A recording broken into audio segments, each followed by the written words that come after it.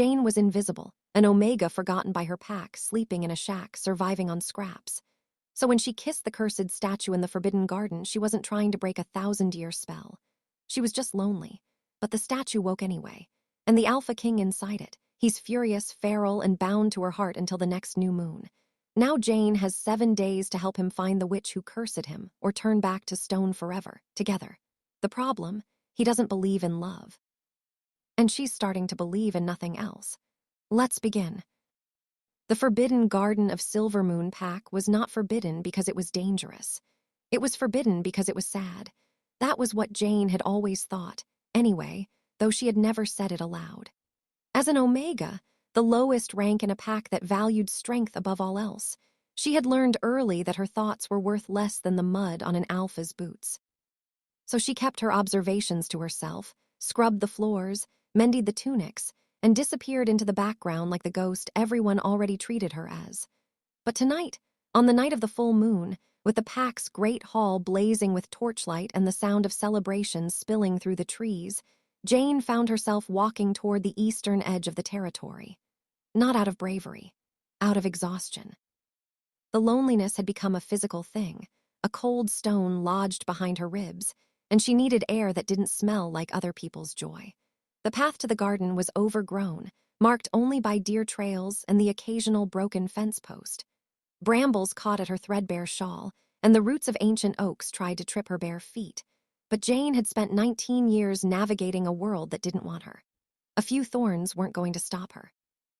The archway appeared without warning, a crescent of pale stone, cracked down the middle, strangled by vines as thick as her wrists. Beyond it, the garden unfolded in ruined splendor. Statues of wolves and warriors lay toppled and moss-covered. A fountain, long dry, cradled a skeleton of autumn leaves. Roses, black and blood-red, grew wild, their thorns long as her fingers, their scent heavy and sweet like a funeral. And at the center, on a throne of twisted roots and granite, sat the largest statue of all. Jane stopped breathing. It was a man. No, a king. He sat upright, one hand resting on a stone sword laid across his lap, the other gripping the arm of the throne as if he had died in the middle of a command. His hair was carved in wild waves, frozen mid-toss by an ancient wind. His face was devastatingly sharp, high cheekbones, a straight nose that had never been broken, a mouth set in a permanent, cruel frown. Even in marble, he radiated power. His eyes were closed, long lashes casting shadows on his cheeks as if he were merely sleeping. But he wasn't sleeping. He was cursed. Every pup in Silvermoon grew up hearing the legend, whispered in the dark like a forbidden prayer. The Alpha King Jesse. He ruled 1,000 years ago when wolves were stronger and magic ran like water.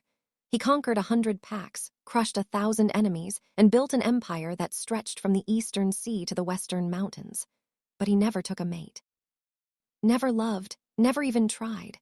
So a witch he had scorned, a woman whose heart he had broken without a second thought, laid a curse upon him. You shall stand as stone until a true heart wakes you with a kiss. And there he remains, in the garden that time forgot, waiting for a love he never believed in. The pack elders used the story as a warning. Love or become nothing.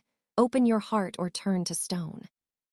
The young wolves whispered it as a dare, sneaking toward the garden at midnight only to run back screaming at the sound of their own footsteps. Jane had always thought it was a tragedy. Not because the king was cursed, but because he had lived an entire life without ever knowing what it felt like to be held. She stepped closer to the statue. The air grew warm around the marble, as if it retained heat from a sun that had set a millennium ago. She reached out, hesitating, then touched his hand, cold, smooth, dead. But beneath her palm, just for an instant, she could have sworn she felt a pulse. Lonely, she whispered, her voice swallowed by the silence. I know that feeling. No answer, of course no answer. He was stone, but Jane had spent 19 years talking to walls, so she talked to him. My name is Jane. I'm an Omega. That means I'm nothing, mostly. I clean and sew and fetch things. Sometimes I think I'd rather be a statue than a ghost. She laughed softly, bitterly. At least people look at statues. She traced the line of his jaw. The marble was warm now, definitely warm. They say you were cursed because you never loved anyone. I've never been loved either. Not really. Theo, he's the only one who's ever been kind to me, but he pities me. Ivy, the beta's daughter, hates me for no reason except that I exist. And the alpha, she shrugged. He doesn't know my name. None of them do. I'm just the girl who does the laundry and sleeps in the shack and never complains because complaining would mean someone would have to notice me first. A tear slipped down her cheek. She didn't wipe it away. Think if I were a king, I would have loved someone, just to feel something, just to prove I could. She looked at his mouth, cold, stern, beautiful. And on a wild, desperate, lonely impulse that she would never be able to explain, she stood on her toes, wrapped her fingers around his stony shoulders and pressed her lips to his. It was not a romantic kiss. It was clumsy and trembling and wet with tears. Her nose bumped his. Her shawl slipped off one shoulder.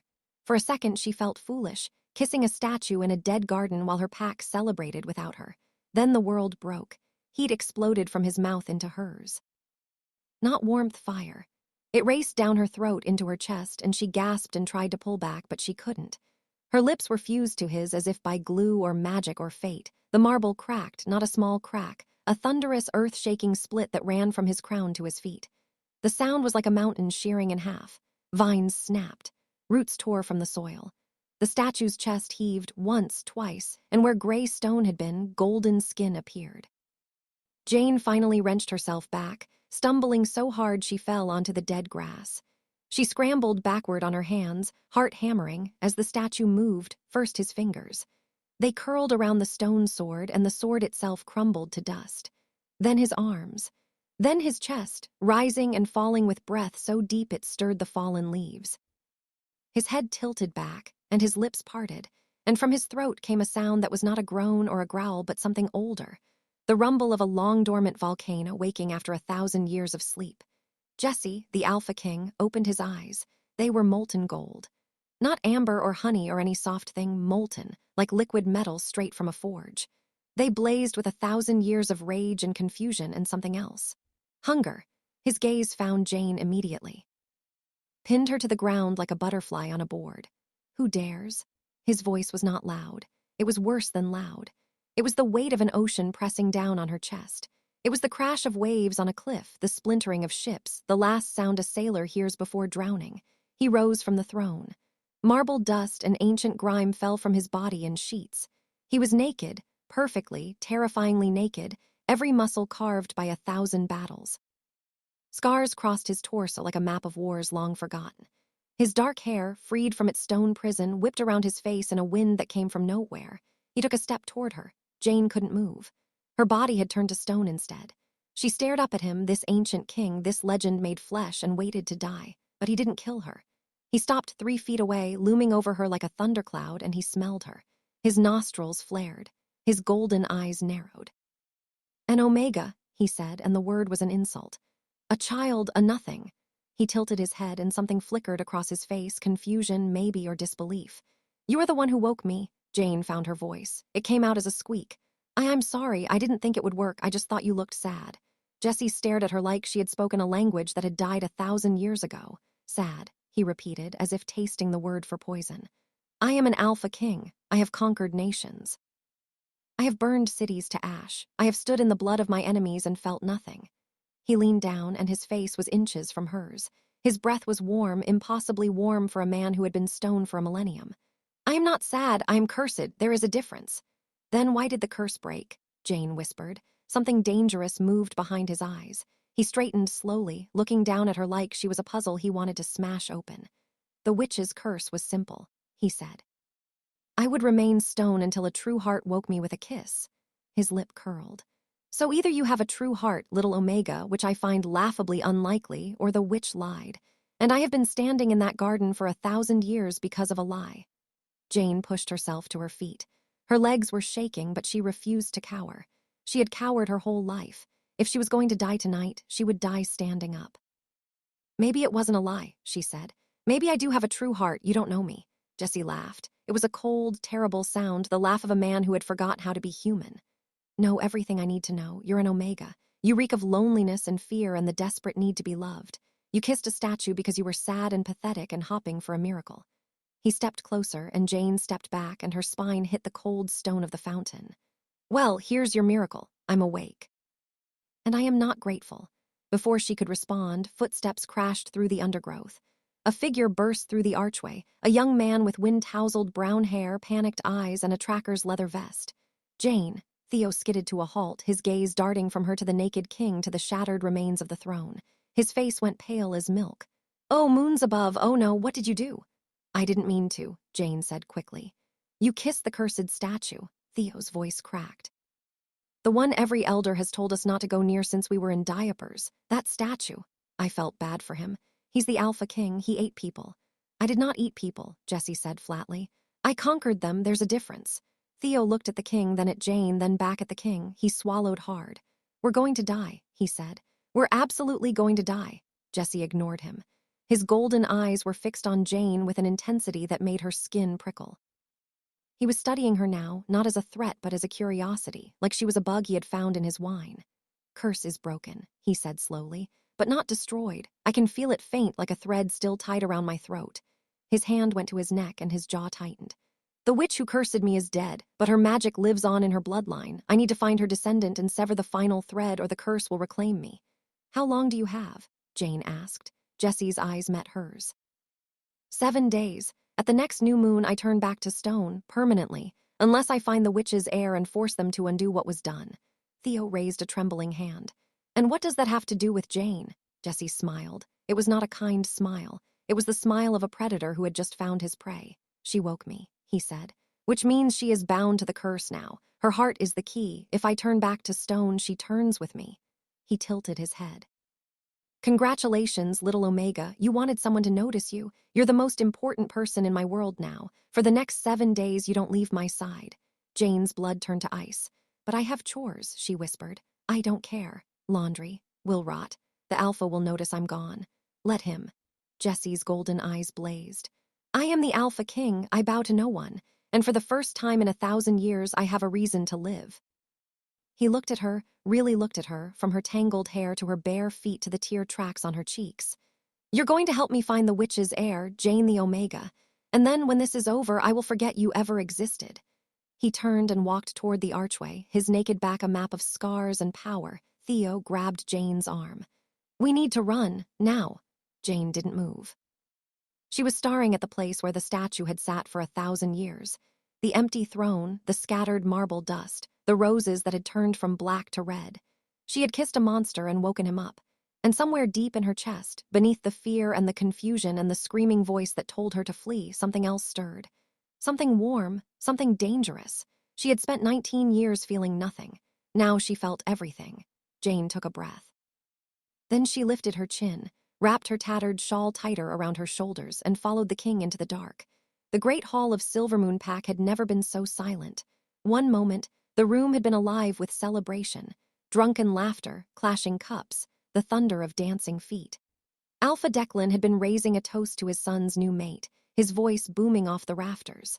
Ivy had been giggling into her wine, her sharp eyes scanning the crowd for her next target.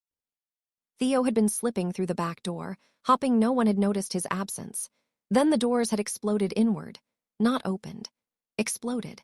The iron hinges snapped like twigs. The oak planks splintered into 1,000 pieces that rained across the feast tables like deadly confetti. Wolves screamed. Cups shattered. A dozen warriors shifted midair, claws and fangs emerging as they threw themselves between the unknown threat and their alpha. It didn't matter. Jessie walked through the wreckage like a god descending from a nightmare. He had found clothes somewhere, a black tunic that strained across his shoulders, leather pants that looked older than the pack's entire lineage, boots that left cracks in the stone floor with every step. His dark hair was still wild, still moving in a wind that didn't exist. His golden eyes swept the room with the casual disdain of a man who had seen empires rise and fall and found them all wanting. Behind him, barely visible in his shadow, came Jane. She had never been so terrified in her life. Every eye in the room was on her, not with curiosity but with horror, because she was standing next to him. The legend, the monster, the Alpha King who had been stoned for 1,000 years and was now very much awake and very much unimpressed. Theo had abandoned her at the garden's edge, muttering something about finding help. Jane was alone. She had never been more alone in her life.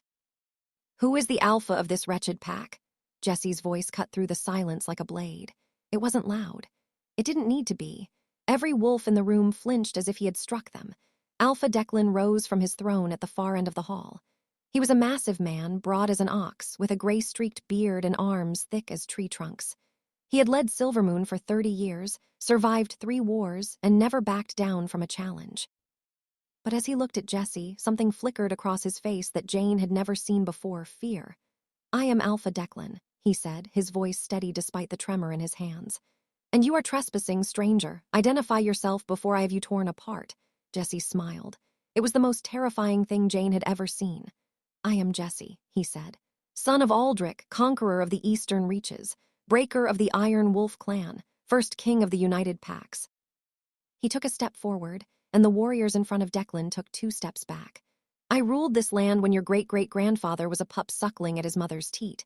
I built the laws you live by. I carved the borders you defend." His golden eyes blazed. "And I have been a statue in your garden for 1,000 years while your pack threw parties and forgot my name." Silence that followed was absolute. Even the torches seemed to burn quieter. Declan's face went pale. "That's impossible." The curse was broken tonight. Jesse's gaze flicked to Jane, and the room followed. Every eye landed on her. She wanted to sink into the floor. "By her!" stepped forward from the crowd. Her red hair was braided with gold threads, her dress silk and expensive. She looked at Jane like she was examining something rotten she had found under her shoe. "Jane."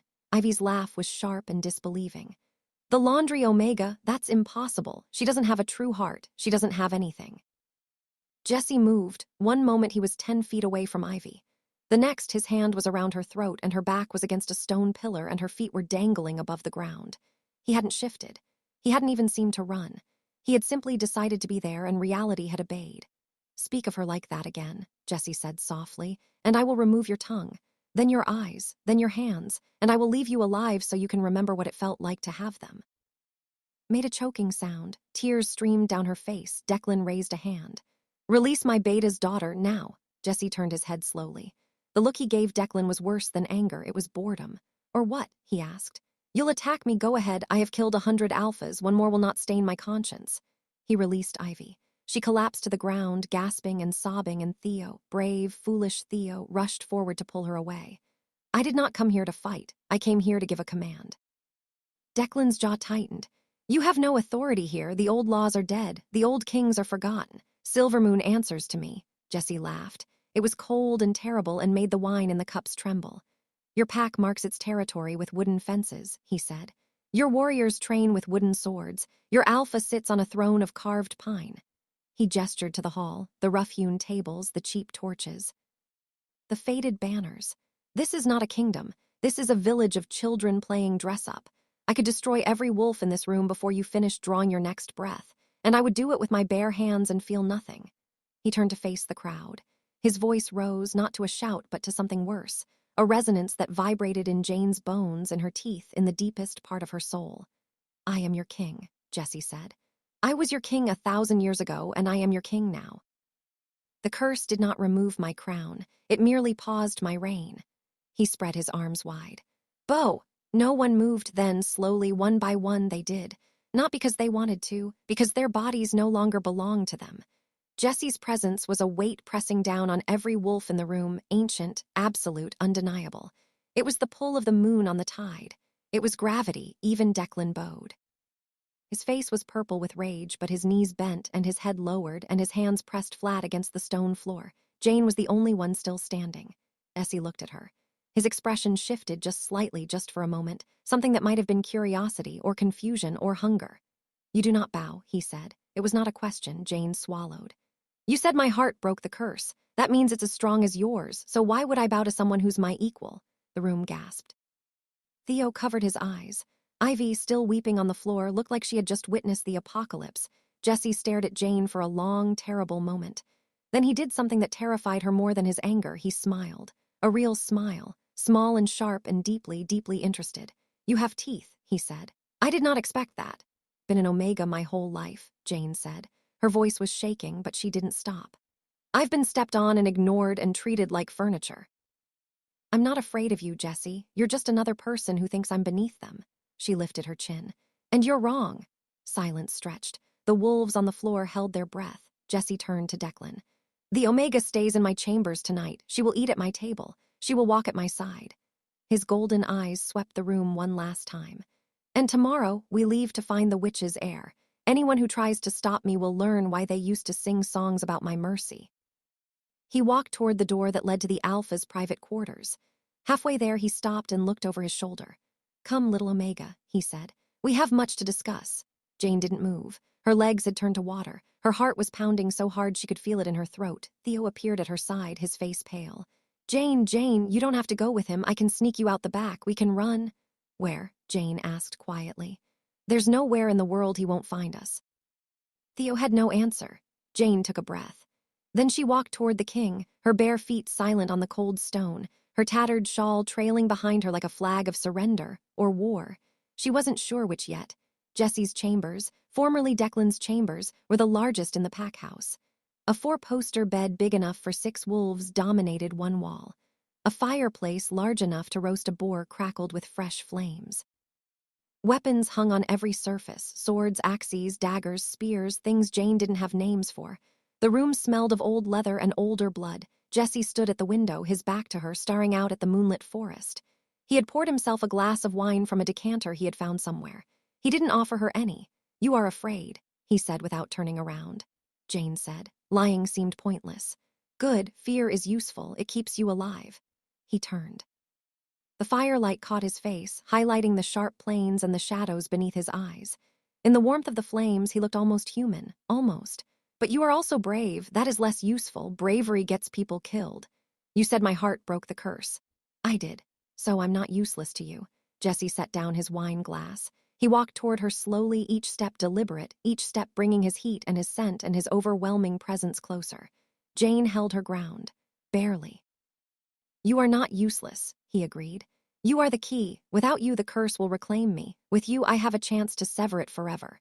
He stopped a foot away from her, close enough that she could see the gold flecks in his eyes, the faint lines at the corners that spoke of 1,000 years of frozen rage. "But do not mistake necessity for value. You are a tool, Jane, a means to an end. When this is over, I will put you down and walk away." Jane's heart cracked, just a little. Just along a fault line she hadn't known existed, but she didn't cry. She had spent 19 years crying. Tonight she was done. "Fine," she said. "Then let's find this witch's heir and get this over with, but while we're together, you treat me like a person, not a servant, not a ghost, a person."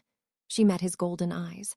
"I've spent my whole life being invisible. I won't spend the next 7 days being your shadow." Jessia's lips curved. That small, sharp smile again. "You drive a hard bargain for an Omega." "I'm not just an Omega," Jane said. "I'm the one who woke you. That makes me whatever I want to be."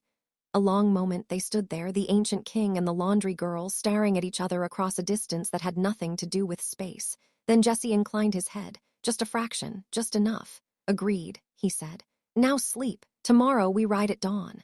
He turned and walked to the bed. He didn't look at her again. Jane stood in the middle of the room, alone in the presence of a monster, and wondered if she had just made the biggest mistake of her life, or the only right decision she had ever made. She curled up on a fur rug by the fireplace, wrapped her shawl around herself, and closed her eyes. Outside, the moon began its slow descent toward dawn, and somewhere in the forest, watching the pack house with eyes that glowed green in the dark, a figure smiled. The witch's heir had found them first. Jane woke to sunlight streaming through a window she had never seen from this angle. For a confused, blissful moment, she forgot where she was. The fur beneath her was soft. The fire had died to warm embers. Something smelled like pine and smoke and old parchment. Then she turned her head and saw Jesse sitting in a chair across the room, watching her. He was fully dressed in black leather and dark wool, a long cloak pinned at his shoulder with a brooch that looked older than the mountains. His hair was pulled back from his face, revealing the sharp lines of his jaw and the hard set of his mouth. In his hand, he held a dagger, not threatening, just turning it over and over, the blade catching the light. He had been watching her sleep. Jane sat up so fast her head spun. "How long have you been there?" "Long enough," Jesse said. His voice was neutral, but something flickered across his face there and gone too fast to name. "You talk in your sleep." Jane's face burned. "I do not." "You said, 'Please don't put me in the laundry room again.'" He tilted his head. "Who put you in the laundry room?" Jane looked away. "It doesn't matter." "Matters to me." "Why?" Jesse was silent for a moment. Then he stood, sheathed the dagger at his belt, and walked toward the window. "Because I need to understand what kind of heart broke a 1,000-year curse. Was it a heart full of love or a heart full of desperation? There is a difference, and that difference could kill us both before this is over." Jane pulled her shawl tighter. The morning light made everything look softer, kinder. Even Jesse, with his scars and his golden eyes and his 1,000 years of rage, looked almost approachable. Almost. It was both, she said quietly. I was desperate for someone to see me, and I loved the idea of him, the statue, I mean, not you, him, the lonely king in the garden who just needed someone to care. Jesse turned. His expression was unreadable. And now that you have me, the real me, Jane stood up. Her legs were stiff from sleeping on the floor, but she refused to show weakness. Now I'm not sure what I have. You're cold, you're cruel, you threatened to cut out Ivy's tongue. She met his eyes. But you didn't, you let her go. Because you looked at me like I was a monster.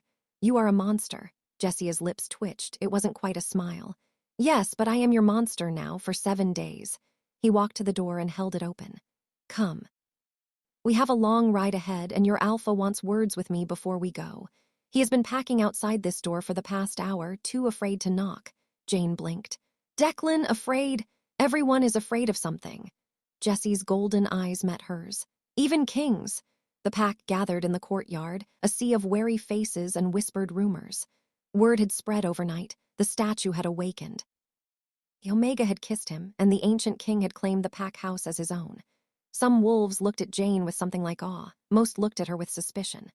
A few, Ivy among them, looked at her like they wanted to tear her throat out. Theo pushed through the crowd and grabbed Jane's arm. You're alive, thank the moons, I thought he would. He stopped, glancing at Jesse, who stood a few feet away speaking with Declan in low, tense tones. I thought he would hurt you. Didn't, Jane said.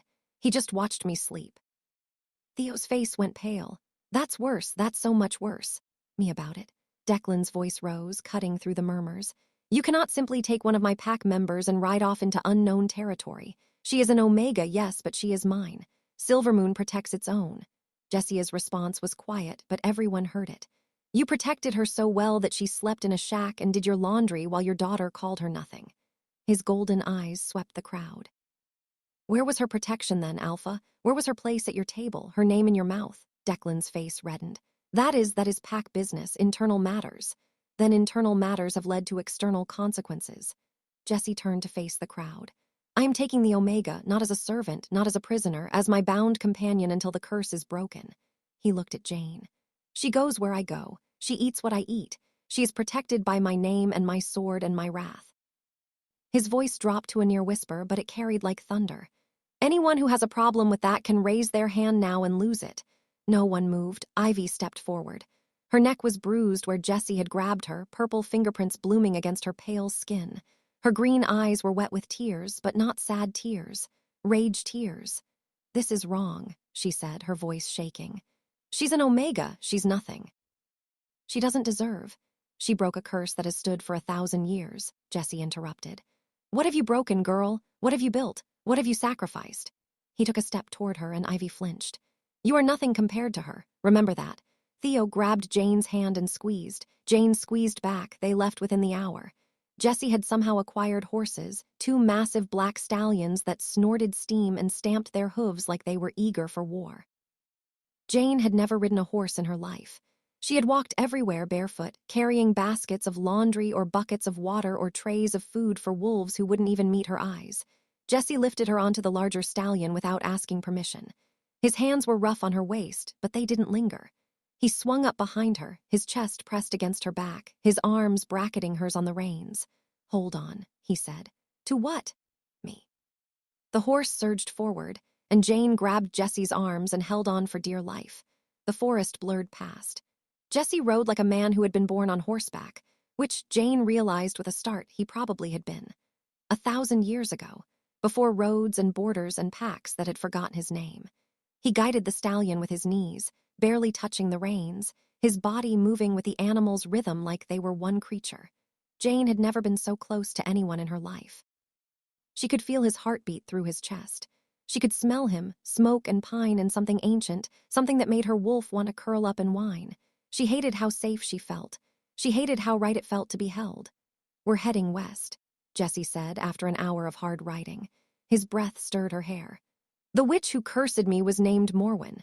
She was the last of a long line of spellcasters who lived in the shadow of the Black Mountains. Her power came from blood, her mother's blood, her mother's mother's blood, a matriarchal line that stretched back centuries. Her heir, Jane asked. Morwen had no children, or so I thought. Jesse's arms tightened around her. But a curse like this doesn't survive 1,000 years without a keeper. Someone has been maintaining it, feeding it, making sure I stayed stone. His voice dropped. Someone wants me frozen forever, and that someone is still out there. Jane shivered. How do we find them? The curse leaves a trail. Magic has a scent faint but recognizable. I could smell it even in stone. It comes from the west. He paused. And it's getting stronger. They rode until the sun was high, then stopped at a stream to rest the horses. Jane slid off the stallion with legs that felt like jelly. She collapsed onto a mossy rock and dipped her hands into the cold water, splashing her face. Jesse stood at the water's edge, scanning the tree line. His hand rested on the dagger at his belt. He hadn't relaxed once since they left. You don't trust this forest, Jane said. I don't trust anything that lives. He glanced at her. Except horses. Horses are honest. Me, Jesse was quiet for a long moment. You are a mystery. I do not trust mysteries. Jane wrung out her shawl and draped it over a branch to dry. My mother abandoned me on the pack's doorstep when I was a day old. She left a note that said I was nothing. The pack believed her. I've spent 19 years proving them wrong. She looked at Jesse. That's not a mystery, that's just sad. Jesse's expression didn't change, but something softened in his eyes, just a fraction. Sadness is not weakness. I know, Jane stood up. It's fuel. They ate in silence, dried meat and hard bread that Jesse produced from a saddlebag. Jane had never tasted anything so good.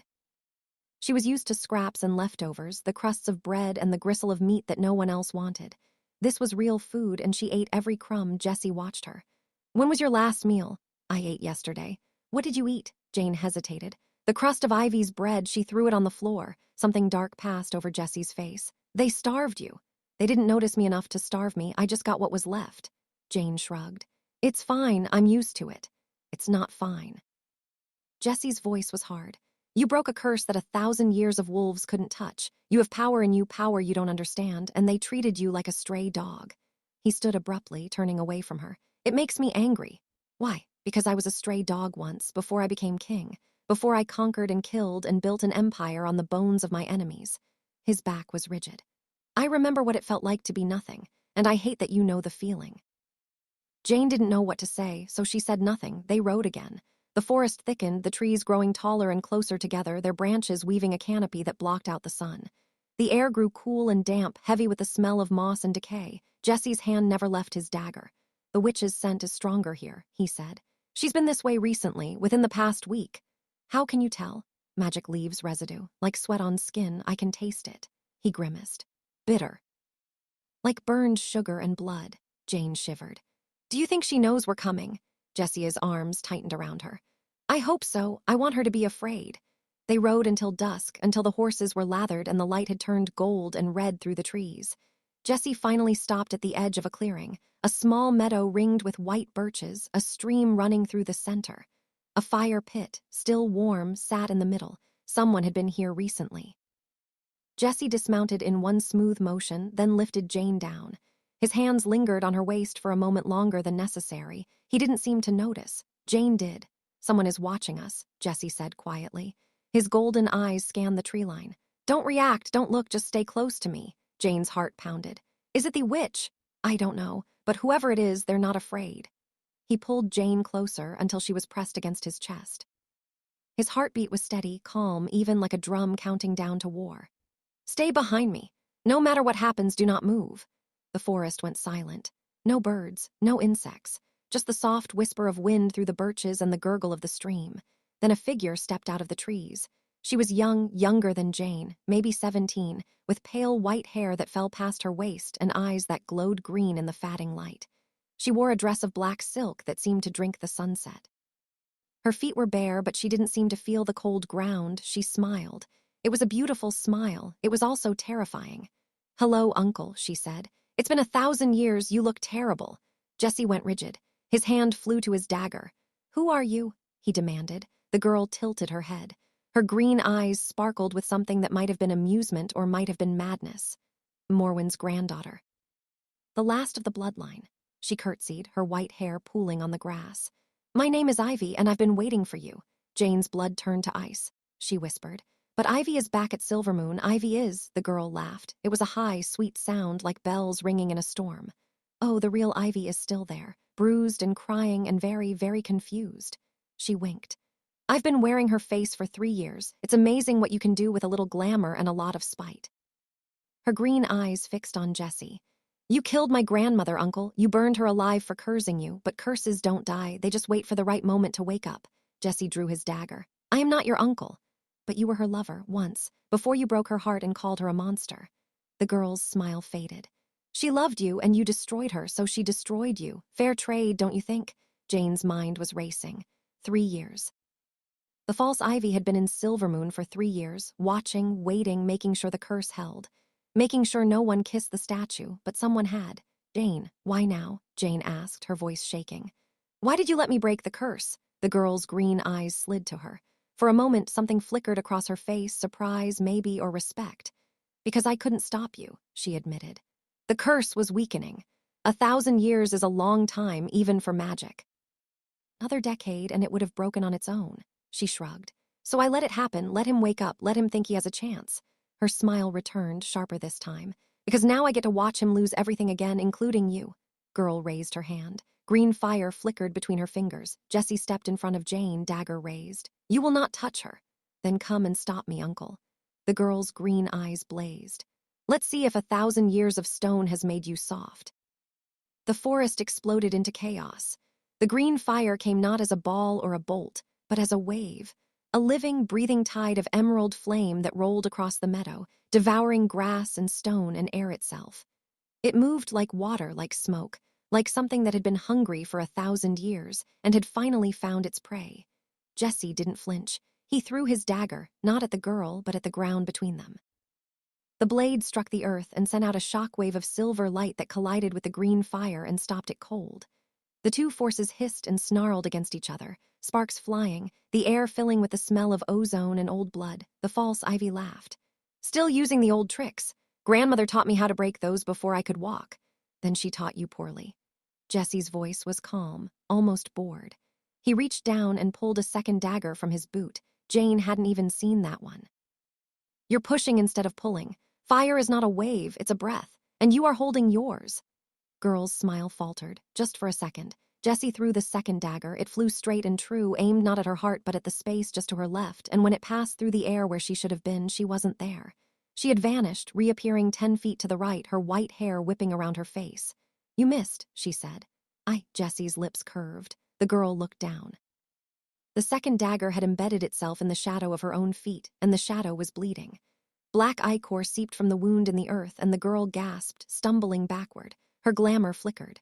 For just a moment, Jane saw what was underneath. Pale, cracked skin, eyes that were hollow and ancient, a mouth full of too many teeth. Not Morwen's granddaughter, Jessie said quietly. You're Morwen herself, wearing a child's face, hiding in a girl's body. He took a step forward.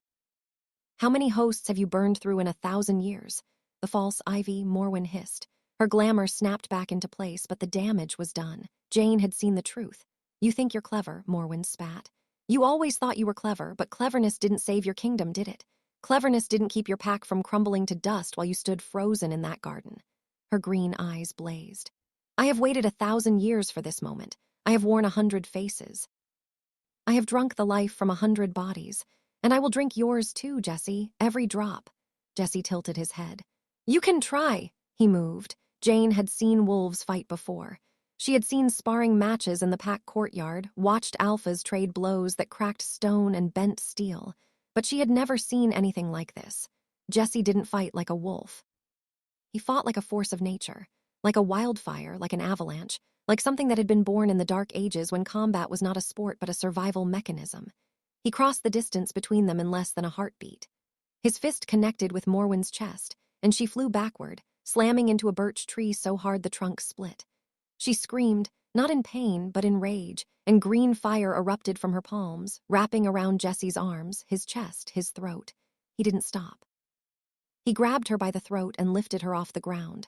The fire licked at his skin, leaving black marks, but he didn't flinch. His golden eyes burned brighter than any flame. You cursed me, he said.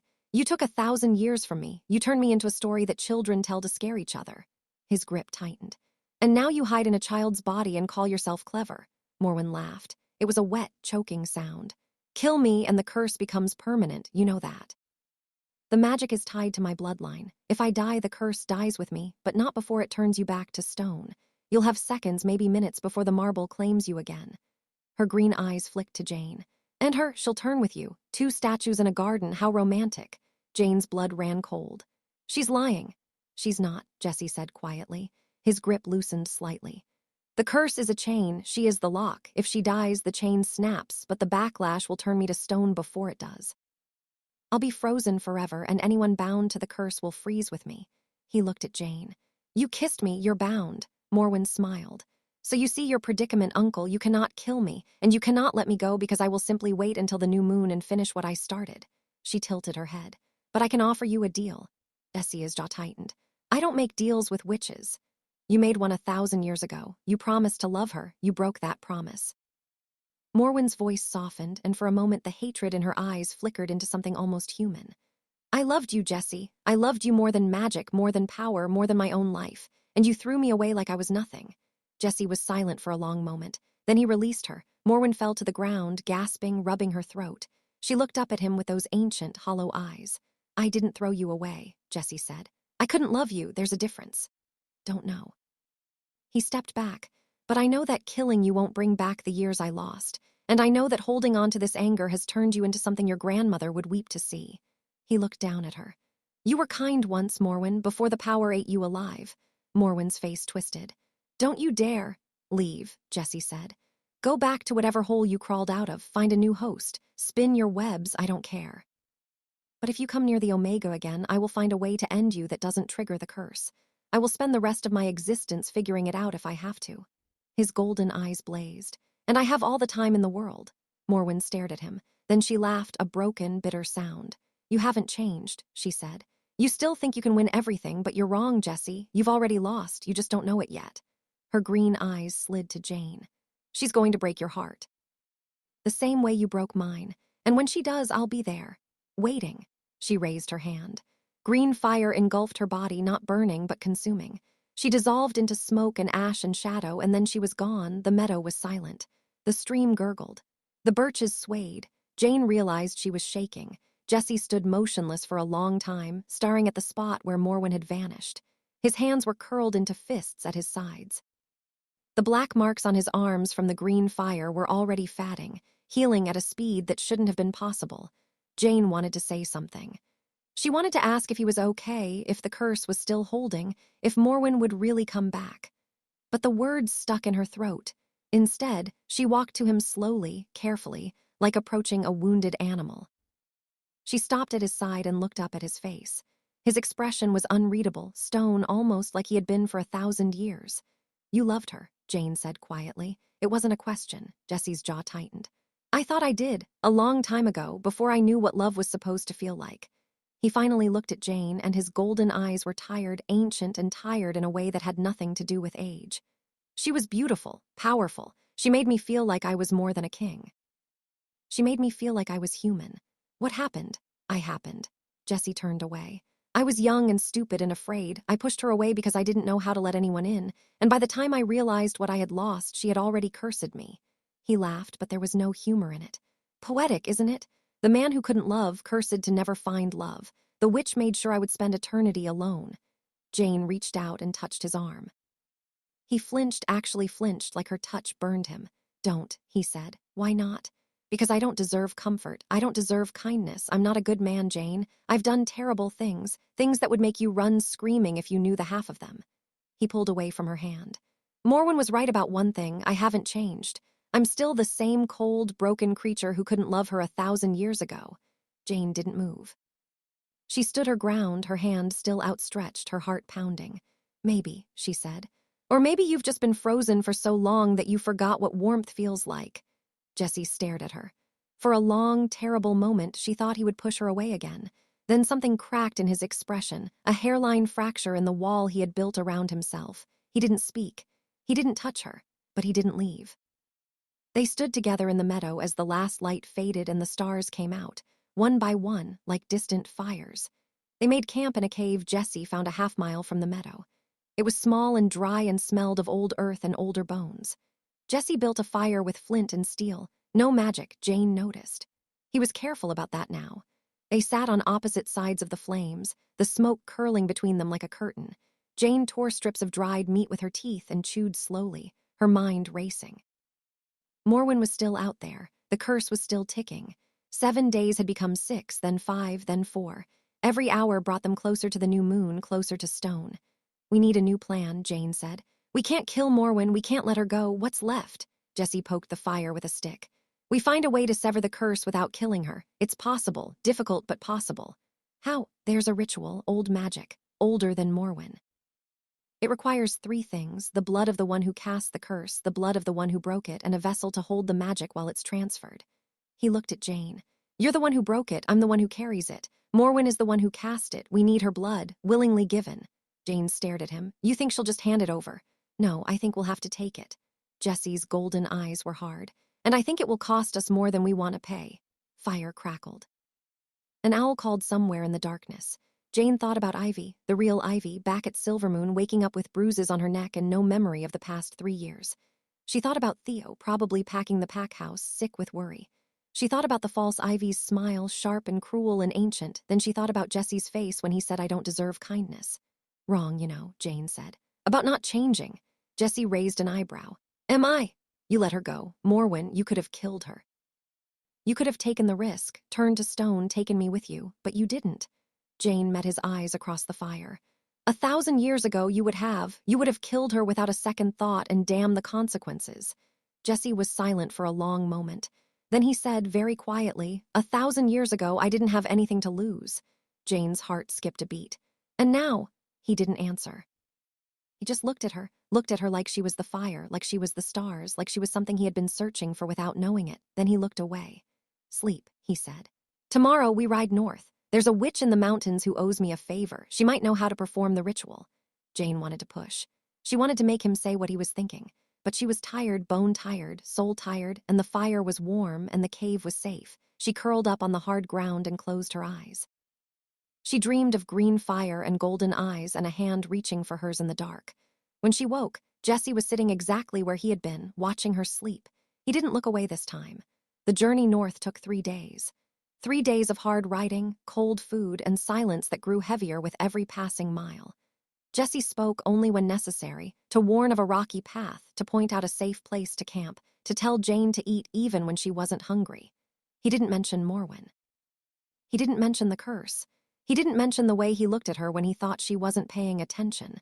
But Jane noticed. She noticed everything now. The way his hand brushed her waist when he lifted her onto the horse.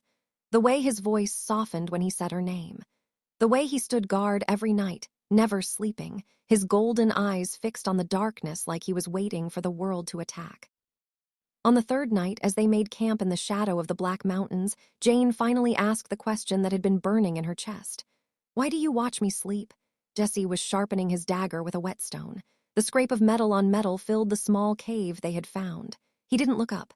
"Because you talk," he said, "and because I need to know if the curse is affecting you." "That's not why." Scraping stopped. Jessie's hands went still. Slowly, he raised his head and his golden eyes met hers across the fire. For a moment, he looked almost vulnerable, almost human. "No," he said quietly. "That's not why." Jane waited. The fire crackled. Somewhere in the mountains, a wolf howled, a real wolf, not a shifter, its cry lonely and wild. "You remind me of something I lost," Jessie finally said. "Something I didn't know I wanted back." He set down the dagger and stared into the flames. "When I was young, before I was king, before I was anything, I used to dream of a life that was simple. A mate, a home, children who laughed instead of schemed. I buried that dream so deep I forgot it existed." His jaw tightened. "And then you kissed me, and now I can't stop dreaming about it." Jane's heart was pounding so hard she was sure he could hear it. "What do you dream about?" Jessie looked at her. The firelight danced in his golden eyes, turning them to liquid amber. "You," he said. "Your voice. Your hands. The way you looked at me in the garden, not with fear, not with awe, but with kindness, like I was worth saving." He laughed, a soft, broken sound. "No one has looked at me like that in 1,000 years, not even Morwen, especially not Morwen." Jane moved without thinking. She rose from her side of the fire and walked around the flames, her bare feet silent on the cold stone. She stopped in front of him, close enough to touch. "You are worth saving," she said. "You just don't believe it." Jessie's breath caught. His hand rose, trembling slightly, and hovered near her face, not touching, just there, like he was afraid she would disappear if he made contact. "I have done terrible things," he whispered. Worse than you can imagine, I have killed innocents, I have burned villages, I have broken hearts and called it strategy. His hand finally cupped her cheek, and his touch was impossibly gentle for someone so strong. If you knew everything, you would hate me. Maybe, Jane said. Or maybe I would understand. She leaned into his touch. His palm was warm, so warm like the marble had been on that first night, but this was different. This was alive. Jesse's thumb traced her cheekbone. His golden eyes searched her face, looking for something: deception, maybe, or pity. He found neither. Not afraid of me, he said. No, Jane agreed. I'm afraid of losing you.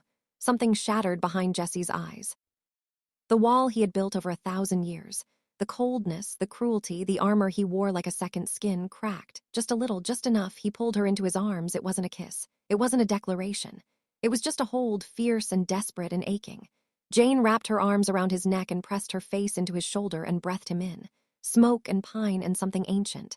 Something that felt like home. I don't know how to do this, Jessie murmured into her hair.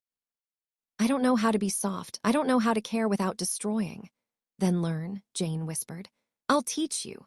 They stayed like that for a long time, wrapped in each other, the fire burning low. The world outside the cave could wait. The curse could wait. Morwen could wait. For one night, they were just two broken people holding each other in the dark. And for one night, that was enough. They reached the witch's cottage at dawn on the 4th day. It was built into the side of the mountain itself. A crooked door of black oak, windows that glowed with pale blue light, a roof made of living moss that seemed to breathe. Smoke curled from a stone chimney, smelling of herbs and honey and something metallic. Jesse dismounted first, then helped Jane down. His hands lingered on her waist for a moment longer than necessary. Neither of them mentioned it. Her name is Flora, Jesse said. She's old, older than me, even. She was Morwen's teacher before Morwen turned to darkness. If anyone knows how to break this curse without killing anyone, it's her. Jane looked at the crooked door. Does she know we're coming? She knows everything. Jessie knocked, 3 sharp raps, then 2 soft ones, a pattern, a password. She just pretends she doesn't. Door opened. The woman who stood in the doorway was not what Jane expected. She was young, younger than Jessie, younger than Morwen's false face, with copper skin and silver hair braided with feathers and bones. Her eyes were the color of thunderclouds, and they held a weight that had nothing to do with her apparent age. Jessie, Flora said. Her voice was warm but cautious, like a grandmother greeting a wayward son. You look better than the last time I saw you, which was, 1,000 years ago. You were covered in marbled dust and screaming at the moon. I don't scream, Jessie said. You screamed. Flora's gaze shifted to Jane, and her expression softened. And you must be the one who kissed him, the Omega with the true heart. She stepped aside and gestured into the cottage. Come in, both of you. We have much to discuss and very little time.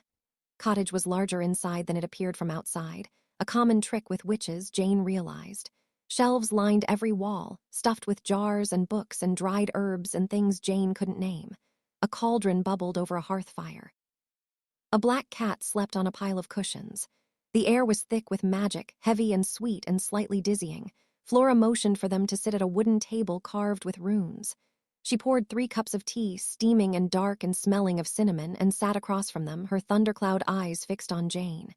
You broke a 1,000-year curse with a kiss, Flora said. Do you understand how remarkable that is? Jane shook her head. I just felt bad for him. He looked lonely. Flora laughed, a real laugh, warm and surprised. Lonely. She kissed the Alpha King because he looked lonely. She looked at Jessie. I like her, don't ruin this. Jessie's jaw tightened. We're not here for commentary, we're here for a solution. Morwen is alive. She's been wearing faces, burning through hosts. She attacked us 3 days ago. Flora's smile faded. I know, I felt the ripple in the magic. She set down her cup and folded her hands on the table.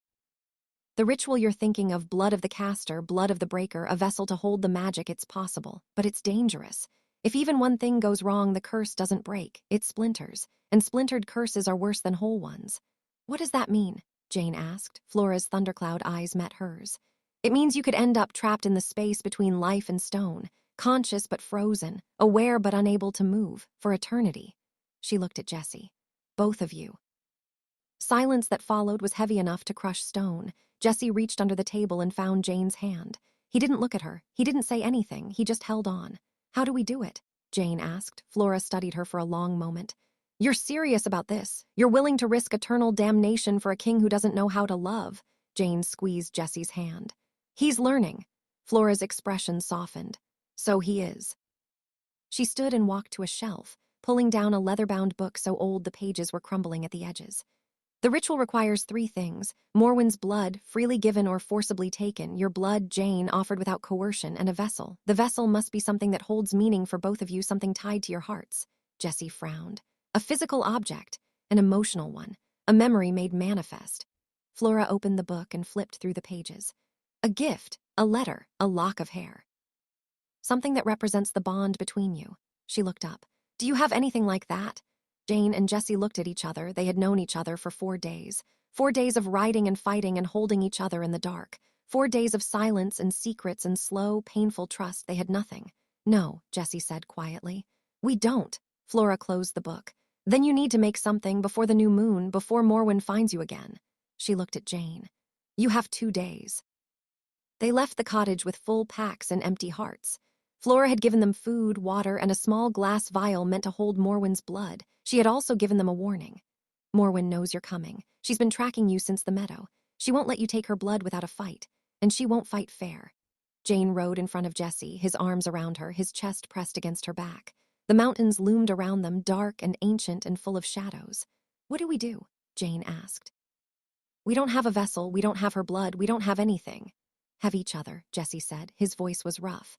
That's more than I've had in 1,000 years. Jane leaned back against him. For a moment she let herself pretend that this was normal, that they were just 2 people riding through the mountains, no curse, no witch, no ticking clock, but the sun was setting. The new moon was coming, and somewhere in the shadows, Morwen was watching. We need to find her, Jane said, before she finds us. Jessie's arms tightened. Agreed, but we need bait. Jane turned her head to look at him. What kind of bait? Jessie's golden eyes were hard. The kind she can't resist, me. He looked down at her. She wants me to suffer. She wants to watch me lose everything, so we give her what she wants. We let her think she's winning. Jane's heart pounded. That's dangerous. Everything about this is dangerous. Jessie's hand came up to cup her face, gentle and fierce at the same time. But I won't let her hurt you. I swear it on my crown, on my name, on the stone I crawled out of. She will not touch you. Jane covered his hand with hers. Then let's go catch a witch.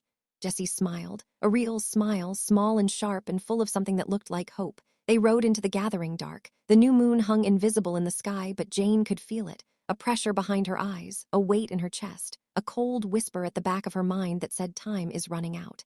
The curse knew. It was pulling at Jessie, tugging at the edges of his skin, trying to turn him back to stone. She could see it in the way he moved, slower now, stiffer, like his joints were grinding against invisible marble. They had 1 night left. Maybe less. They made camp in a clearing at the base of the Black Mountains, exactly where Flora had told them Morwen would come. A ring of white stones marked the spot. Old magic, Flora had said, a trap that would hold the witch long enough for them to take her blood. Jane didn't like traps.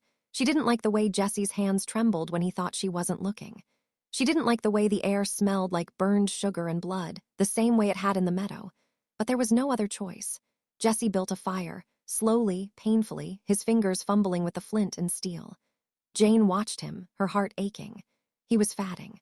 The curse was reclaiming him inch by inch, and there was nothing she could do except wait for Morwen and hope the ritual worked.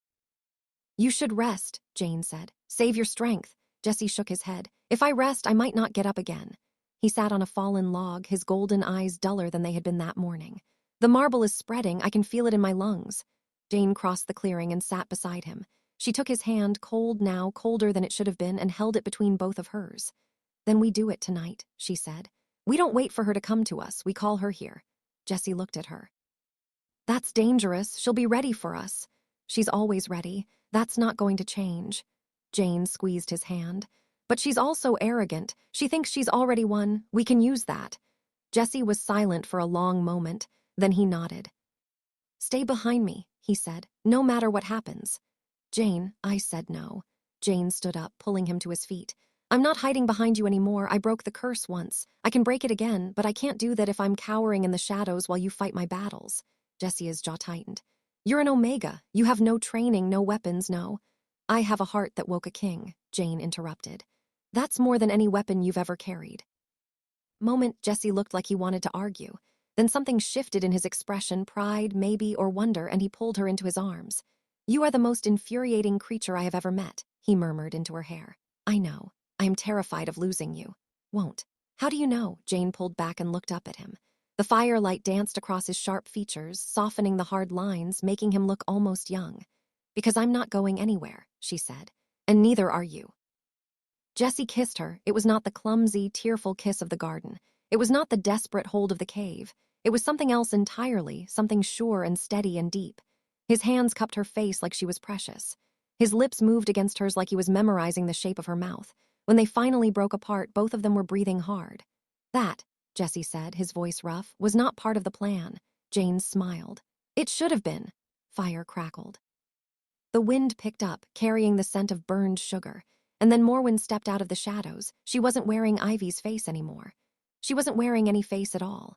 The creature that emerged from the darkness was ancient and terrible, skin like cracked parchment, eyes like green flames, a mouth full of too many teeth. Her white hair hung in tangled ropes to her waist.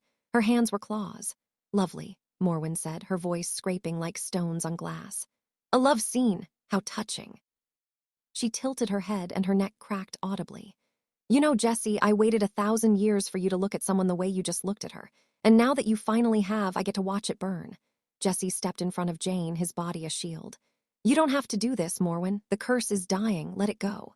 The curse is mine. Morwen's green eyes blazed. I made it. I fed it. I kept it alive while you stood frozen and the world forgot your name. And I will not let some soft-hearted Omega steal it from me. She didn't steal it, Jessie said. She broke it with kindness, with something you never understood. Morwen laughed, a horrible, broken sound. Kindness, is that what you call it? I called it weakness. I still do. She raised her hand, and green fire flickered between her claws. But fine, let's end this. You want my blood? Come and take it. Fire exploded outward. Jessie moved faster than Jane had ever seen him move, despite the curse slowing his bones. He grabbed a branch from the fire and swung it like a sword, deflecting the first wave of green flame. The second wave caught him in the shoulder, and he grunted, stumbling backward. Jessie, Jane screamed. Stay back. He threw the burning branch at Morwen. It passed through her like smoke. She was already somewhere else, behind him, her claws reaching for his throat. Jessie spun, dagger in hand, and slashed across her arm. Black blood sprayed the ground. Morwen shrieked. The circle of white stones flared to life. Flora's trap activated with a sound like a thunderclap. A dome of silver light exploded from the stones, encasing Morwen in a cage of pure magic. She slammed against the walls, screaming, clawing, her green fire splashing harmlessly against the barrier. Now, Jessie shouted. The vial! Jane's hands were shaking as she pulled the glass vial from her pocket. She ran to the edge of the cage, where Morwen's black blood was dripping through the cracks in the stones. She held out the vial, trying to catch the drops. Morwen's hand shot through the barrier. The magic should have stopped her. It did stop her. Her arm was smoking, sizzling, the skin peeling back. But she didn't care. She grabbed Jane's wrist and pulled, and Jane slammed against the silver light, her face inches from Morwen's ancient, burning eyes. You think this ends with a kiss, Morwen hissed. You think love conquers all? I loved him. I loved him, and he turned me to ash. He will do the same to you. Jane's wrist was on fire, the vial was slipping, but she didn't let go. Maybe, Jane said, her voice steady despite the pain. But at least I tried. At least I didn't spend 1,000 years poisoning myself with hate. Morwen's eyes widened. Jane headbutted her. It was not a graceful move. It was not strategic. It was pure, desperate, Omega stubbornness. Her forehead connected with Morwen's nose, and the witch shrieked and released her grip, stumbling backward into the cage.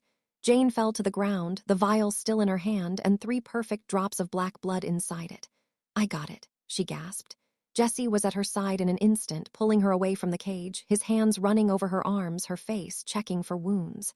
You're insane. You're absolutely insane. I learned from the best. Morwen was howling inside the cage, her body flickering between forms, old and young, beautiful and terrible, human and something else entirely. The silver light was dimming. The trap wouldn't hold much longer. We need to perform the ritual now, Jane said. Right here. Jessie looked at the vial, then at Morwen, then at Jane.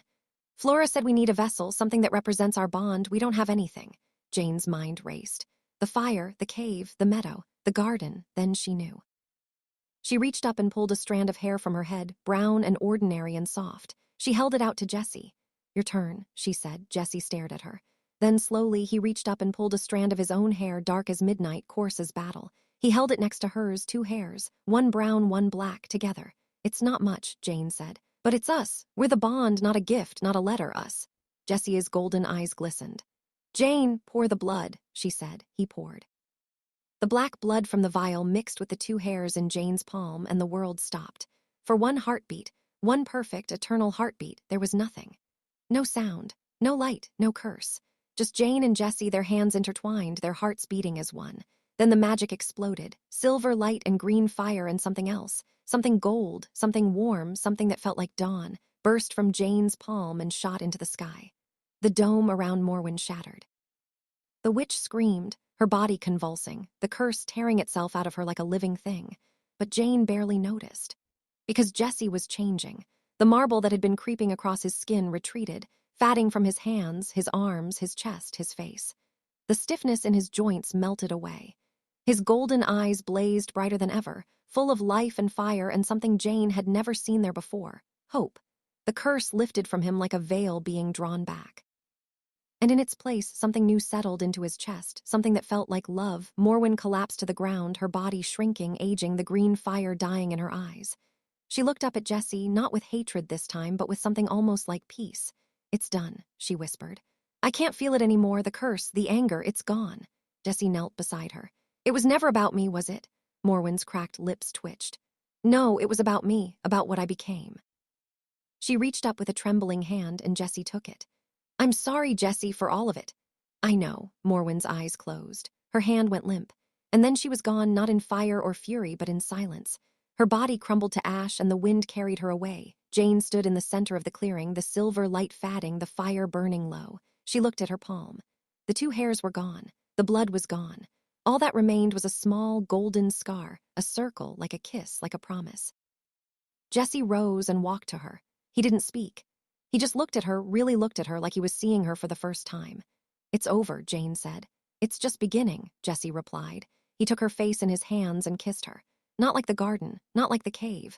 Like a man who had been frozen for 1,000 years and had finally found the sun. Jane kissed him back. And somewhere in the distance, in the pack house of Silvermoon, Theo looked up at the sky and smiled.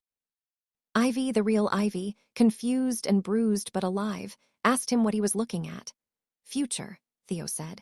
It looks warm. Forbidden Garden was not forbidden anymore. Jane had made sure of that. She had torn down the archway herself, her small omega hands prying stone from stone while Jessie watched with something like awe. The roses had turned from black to red to gold. The fountain flowed again, clear and cold and sweet, and the throne at the center, the throne where Jessie had sat for 1,000 years, was gone. In its place, a small wooden bench faced the sunset.